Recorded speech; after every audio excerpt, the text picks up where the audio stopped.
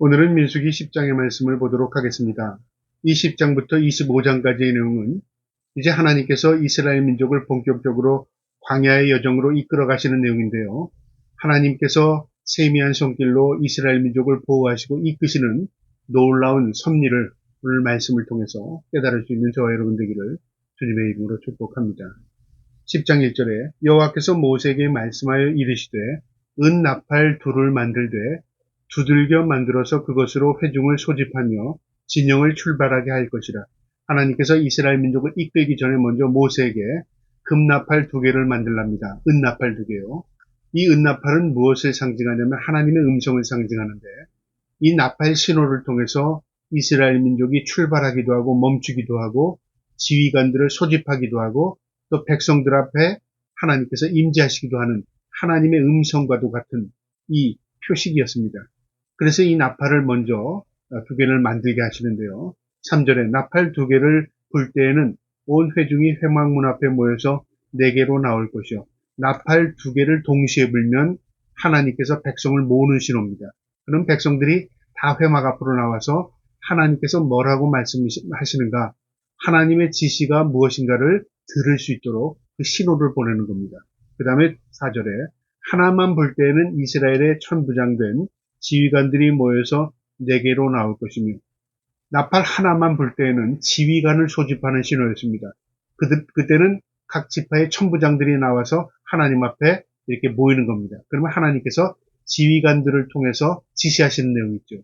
마치 군대 조직처럼 하나님께서 이들을 하나하나 지시하시고 훈련하셔서 이제 평민이었고 오합지졸이었던 이 백성들을 마치 군대를 조직하듯이 그들을 하나하나 조직해 나가는 겁니다. 그리고 신호의 표시로 통해서 그들을 소집하기도 하고 그들에게 지시하기도 하는 그런 일사불란한 이제 그 명령을 내리시는 겁니다. 5절에 너희가 그것을 크게 불 때에는 동쪽 진영들이 진행할 것이니, 이제 소리가, 나팔 소리가 크면은 동쪽 진영에 있는 지파들이 진행하는 겁니다. 동쪽 진영이 진행할 것이고, 두 번째로 크게 불 때는, 처음에는 일반적인 나팔 소리가 그 다음에 2번째 소리에는 커지면은 소리가 표시가 나잖아요. 뿌뿌 하고 올라간다면요, 남쪽 진영들이 진행할 것이라 떠나려 할 때는 나팔 소리를 크게 불 것이며, 그러니까 방향을 바꾸는 것이죠. 뿌 한 소리는 동쪽으로 움직이고 그 다음 뿌뿌 하고 소리가 나면 그 다음에 남쪽으로 움직입니다. 그러면 일사불란하게 방향이 이렇게 움직여지잖아요. 그 소리를 통해서 하나님께서 지시하시는 겁니다.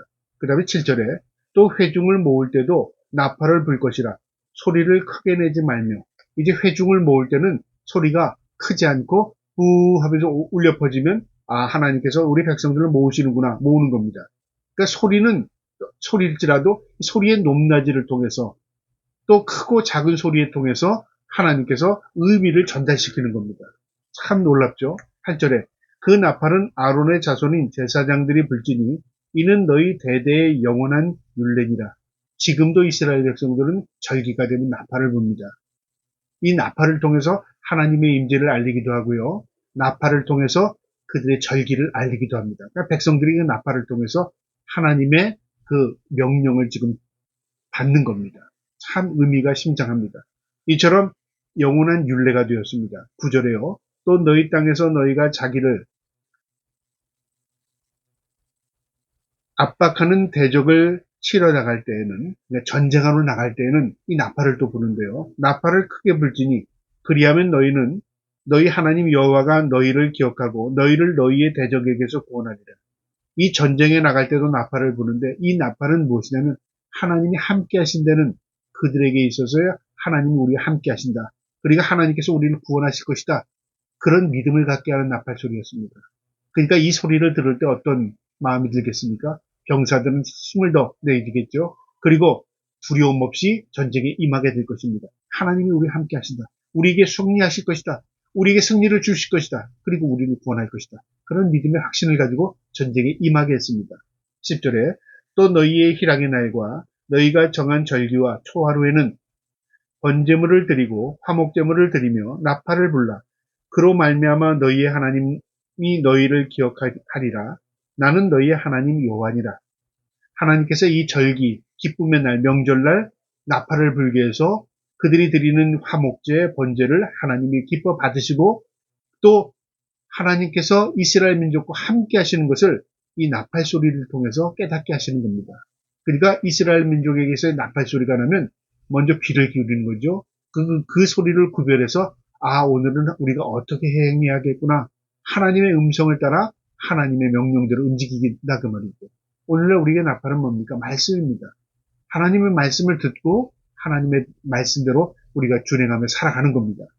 11절에요. 둘째 해 둘째 달 스무 날에 그러니까 그들이 출애굽한 지 2년이 지난 둘째 달 2월 20일에 그 말이죠. 구름이 증거의 성막에서 떠오르며 이제 증거께 그러니까 성막에서 하나님의 구름이 떠올랐다. 그건 뭐냐면 이동하는 겁니다.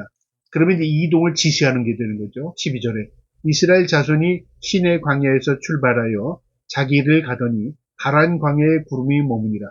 시내 광야에서 출발해서 바란 광야까지 이 구름이 이동하는 것을 보고 백성들이 그 구름을 따라가는 겁니다. 그러니까 하나님께서 이스라엘 민족을 이제 직접 이끄시는 겁니다. 구름의 이동을 통해서요.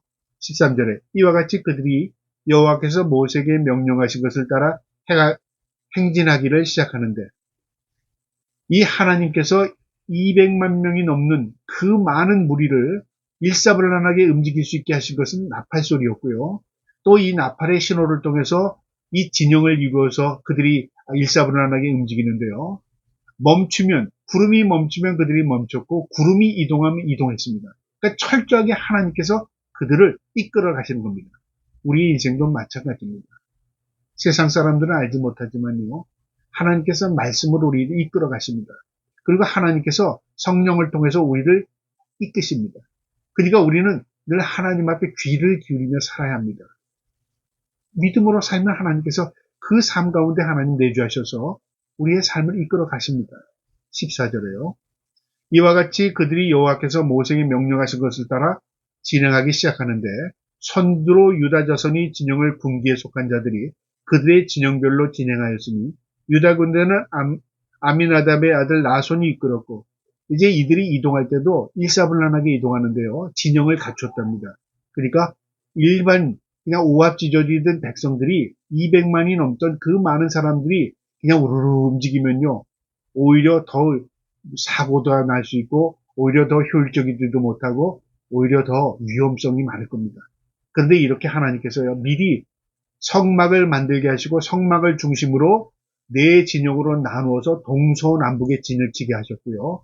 그 다음에 레위인들은 중앙에서 성막을 지키겠습니다. 이동할 때는 어떻게 했냐면요. 유다 지파를 앞으로 뺍니다. 그래서 유다 지파에 속한 두 지파가 있어요. 이사갈, 그 다음에 스볼론 지파. 이 지파와 함께 앞에 서게 하는데요. 이 지파들은 이 유다 지파에 속하게 해서 이들이 세 지파가 함께 움직입니다. 그러니까 맨 앞에 진영을 가는 거죠.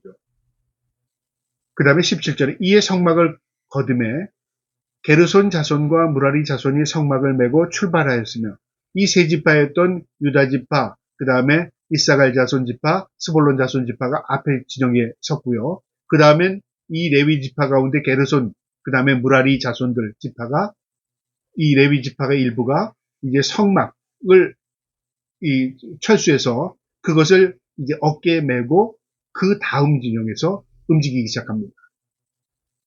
그 다음에 18절에 다음으로 르벤 자손의 군기에 속한 자들이 그들의 진영으로 출발하니 르벤 군대는 솔로의 아들 에리솔이 이끌었으니 그러니까 그 다음 진영은 루벤 진영에 속한 시므온 자손 그 다음에 갓 자손이 이 세 지파가 또 그 다음 진영에 이동합니다. 그러니까 맨 앞에는 유다 지파에 속한 두 지파, 세 지파가 그 다음 진영에는 그 다음에 시몬 자손 지파에 속한 이 세 지파가 이제 르벤 자손과 함께 이동합니다. 그 다음에는요 21절에 고아딘의 성물을 메고 행진하였고 그들이 이르기 전에 성막에 세웠으며 고아딘은 레위인입니다. 이 고랏 자손이 성물을 메고 그 다음 이 르벤 지파 그 다음으로 이동합니다. 그러니까 앞에 세 진영, 그 다음에 성막, 그 다음 진영 세 진영, 그 다음에 성물, 맨 앞에는 법궤, 제사장들이 지고 가는 거예요. 이게 다 일사불란합니다. 그 다음에 22절에 다음으로 에브라임 자손 진영의 군기에 속한 자들은 그들이 진영별로 행하였으니, 그 다음에 에브라임 자손에 속한 지파는 므낫세의 자손 지파, 그 다음에 베냐민 지파, 이 세 지파가 그 다음 진영이 이동했습니다. 그 다음에 25절에 다음으로 단 자손 진영의 군기에 속한 자들이 그들의 진영으로 행진하였으니 이 군대는 모든 진영의 마지막 진영이었더라. 맨 뒤에는 이 단 지파, 그 다음에 아셀 지파, 납달리 지파가 맨 뒤 진영에 서게 했습니다. 그리고 이동했습니다. 28절에 이스라엘 자손이 행진할 때 이와 같이 그들의 군대를 따라 나갔더라. 그러니까 군대 행렬처럼 지어서요. 맨 앞에 법궤, 그 다음에 앞에 세 지파, 유다 지파를 포함 세 지파, 그 다음에 성막, 그 다음에 세 지파, 성물, 그 다음에 세 지파. 이렇게 지파별로 나누었고, 그 다음에 각각의 법궤, 성막, 성물로 나누어서 제사장 이 레위 지파가 어깨 메고 이동했습니다. 이게 그들의 진영의 이동 그 모습이었습니다.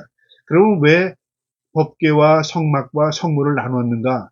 이것은 하나님께서 그 진영, 이스라엘 진영의 중앙에 그들을 지키시고 그들을 이끌어내시는 것이고요. 또 이스라엘 백성은 하나님의 임재를 함께하면서 그 성물과 성막과 법궤를 지켜나가는 겁니다. 그러니까 하나님과 함께하는 겁니다. 그래서 하나님과 그들은 함께 광야로 이동하는 것입니다. 그것을 보여줍니다. 그 다음에 29절에는요. 모세가 그 처남이었던 이 호밥과 함께 가나안을 같이 가자고 그에게 부탁하는 겁니다. 29절에 모세가 모세의 장인 미디안 사람 르웰의 아들 호밥에게 이르되 여호와께서 주마하신 곳으로 우리가 행진하나니 우리와 동행하자. 그리하면 선대하리라. 여호와께서 이스라엘에게 복을 내리리라 하셨느니라. 우리에게 하나님이 복을 주신다고 하셨고 우리가 가는 곳은 가나안 땅인데 같이 가자. 그리고 이 호밥에게 부탁을 했습니다. 그랬더니 호밥이요. 나는 내 친족들, 내 가족들이 있기 때문에 나는 갈 수 없다고 거절합니다. 30절에 호밥이 그에게 이르되 나는 가지 아니하고 내 고향 내 친족에게 가리라. 내 가족이 여기 있다 그 말이죠. 그래서 부득이 가고 싶지만 갈 수 없다. 근데 어떻게 됐냐? 이 성경을 보면요. 이 뒤에 보면 신명기 뒤에 이 성경에 사사기 1장에 보면 이들이 함께 합니다. 사사기에 보면 나중에 16절에 1장 16절에 모세의 장인 된 사람이라 그의 자손이 유다 자손과 함께 종려나무 성읍에서 올라가서 아란 남방의 유다 황무지에 이르러 그 백성 중에 거하니라.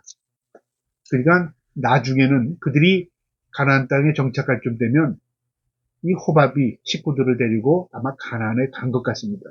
그러니까 처음에는 출발하지 않았지만 나중에는 그들이 합류합니다. 31절에 모세가 이르되 청하건대 우리를 떠나지 마소서. 당신은 우리가 광야에서 어떻게 지칠지를 아나니 우리의 눈이 되리라. 당신은 광야에 많은 것들을 알고 있고 지식도 풍부하고 또 우리를 길을 충분히 인도할 수 있는 사람이니 우리와 함께 하셔서 우리를 도와주시옵소서. 그렇게 한 거죠. 우리 눈이 되달라고. 이 모세가 믿음이 없어서 그런 게 아니었습니다. 하나님께서 그들을 이끄신다고 했습니다. 그러나 모세가 호밥과 함께하면 좀 더 힘이 될 것 같아서 그렇게 하자고 한 겁니다. 그러나 그는요 거절했었습니다. 32절에 우리가 동행하면 여호와께서 우리에게 복을 내리실 대로 우리가 당신에게 행하리라. 그들이 여호와의 산에 떠나 3일 길을 갈 때 여호와의 언약궤가 그 3일 길을 앞서가며 그들의 쉴 곳을 찾았고 이제 맨 앞에는 법궤가 제사장들이 법궤를 메고 이동했는데요. 멀찌감치 3일 길을 먼저 갔습니다. 하나님께서 지시한 곳으로 인도함을 받고 그곳에 도착한 이후에 백성들이 그곳에 머물게 한 것이죠. 34절에 그들이 진영을 떠날 때 낮에는 여호와의 구름이 그 위에 덮였더라. 낮에는 태양으로부터 뜨거운 열기를 막아주셨습니다. 하나님이 무엇으로? 구름으로. 참 놀랍지 않습니까? 무려 40년이라는 세월을 이스라엘 민족이 사람이 살 수 없는 이 청박한 땅 광야에서요. 하나님의 보호하심을 받았다는 겁니다. 이 놀라운 기적 같은 일이 그들에게 매일 일어난 겁니다. 우리의 삶을 뒤로 돌아보면요. 우리는 알 수 없으나 매일 하나님께서 그 놀라운 은혜와 섭리로 우리를 보호해 주신 것입니다. 그래서 우리가 이 땅에 살 수 있는 것입니다. 구름으로 보호하셨습니다. 밤에는 어떻게 했겠어요? 불기둥으로 그들이 추위를 막아주셨습니다. 그리고 그들을 대표주셨습니다. 35절에 괴가 떠날 때에는 모세가 말하되 여호와여 일어나사 주의 대적들을 흩으시고 주를 미워하는 자가 그 앞에서 도망하게 하소서 하고, 이 괴가 움직이고 이동할 때는 모세가 항상 기도했습니다. 그러니까 멈출 때, 떠날 때, 무슨 일일 때 모세는 하나님께 온전히 기도한 겁니다. 뭐라고 기도했어요? 적들이 흩어지게. 그러니까 우리에게 앞에 앞길에 막을 수 있는, 우리를 해할 수 있는 적이 없게 해주세요. 우리를 미워하는 적이 없게 해주세요. 그 말이죠. 그들이 오히려 우리를 피해 도망가게 해주세요. 그 말이죠. 전쟁이 없게 해달라는 거죠. 형통하고 평안한 삶을 살게 해달라는 그 말이죠. 평안한 이동길이 되게 해달라고 기도하는 겁니다. 우리도 마찬가지입니다. 우리가 내일 일을 알 수 없는 인생을 살아갑니다. 그러나 우리가 할 수 있는 것은 기도입니다. 하나님, 오늘도 주의 은혜로 살게 하시고 내일도 우리가 악에 시험 들지 않게 하시고 우리를 지켜주시고 우리가 선한 삶을 살게 하시고 우리가 형통한 길로 걷게 하여 주시옵소서. 기도할 수 있어야 하는 것입니다. 마지막 36절에 회개하실 때에는 말하되 여호와여 이스라엘 종족에게로 돌아오셔서 하였더라. 법궤가 멈추면은 뭐라고 또 기도했냐면 하나님 우리와 함께 하셔서 우리를 지켜달라고 말하는 겁니다. 우리가 평안할 때 기도할 게 없구나라고 하는 게 아니라 하나님 우리가 이 평화 가운데 하나님을 기억하며 늘 하나님을 찬양하며 하나님을 예배하며 살게 해주세요. 우리가 어떠한 상황 가운데서도 하나님 잊지 않고 살게 해주세요. 그게 우리의 기도가 되어야 하는 것입니다. 그리고 하나님께서 우리에게 약속하셨습니다. 내가 너희와 함께 하시겠다. 임마누엘입니다. 그 임마누엘의 하나님이 오늘도 내일도 저와 함께 하시기를 주님의 이름으로 축복합니다. 아멘.